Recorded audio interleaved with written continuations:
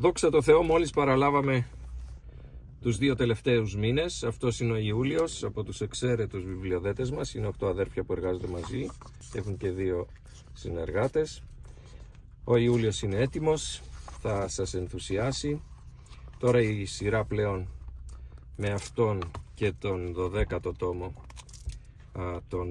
τόμο, που είναι το Αυγούστου, ολοκληρώθηκε η σειρά.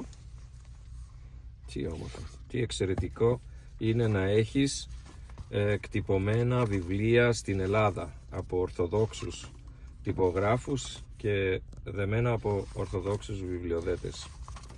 Δόξα τω Θεώ. Όπως βλέπετε, το χαρτί είναι ξεχωριστής ποιότητας. Όπως είπε σήμερα μία αδελφούλα από τη Βιωτία, από μοναστήρι της Βιωτίας, δεν πρόκειται για απλά βιβλία, για μία απλή σειρά, αλλά για μία ορθόδοξο εγκυκλοπαίδεια. Θα μάθετε κι εσείς μαζί και με τα παιδιά σας, όπως μάθαμε και εμείς φτιάχνοντας αυτά τα βιβλία, για τόσους Αγίους που δεν τους γνωρίζαμε, εμείς που οι περισσότεροι δυστυχώς δεν τους γνωρίζουμε, και είναι τόσο ωραίο να γνωρίζουμε αυτούς τους Αγίους και να τους ζητάμε τις πρεσβείες τους. Δόξα τω Θεώ.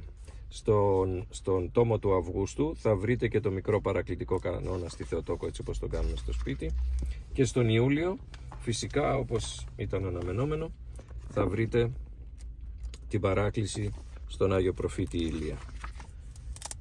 Δόξα τω Θεώ. Ευχαριστούμε πάρα πολύ όσους έκαναν προπαραγγελία.